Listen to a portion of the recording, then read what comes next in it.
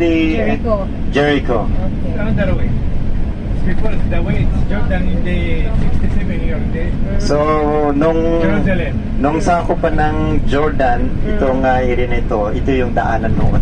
Another way. Wow. Imagine yung valley on the left side. Wow, it's a very dangerous valley. Yeah. Oh. There are lots And to walk. that's why we have the story of yun nga, yung the Good Samaritan, and there are pirates in the desert in this place. Now we have the city of Jericho, the lowest city in the world. That's it, mga kapatid. So amazing, so beautiful. Wow, buti na lang malupit it is ang ating driver.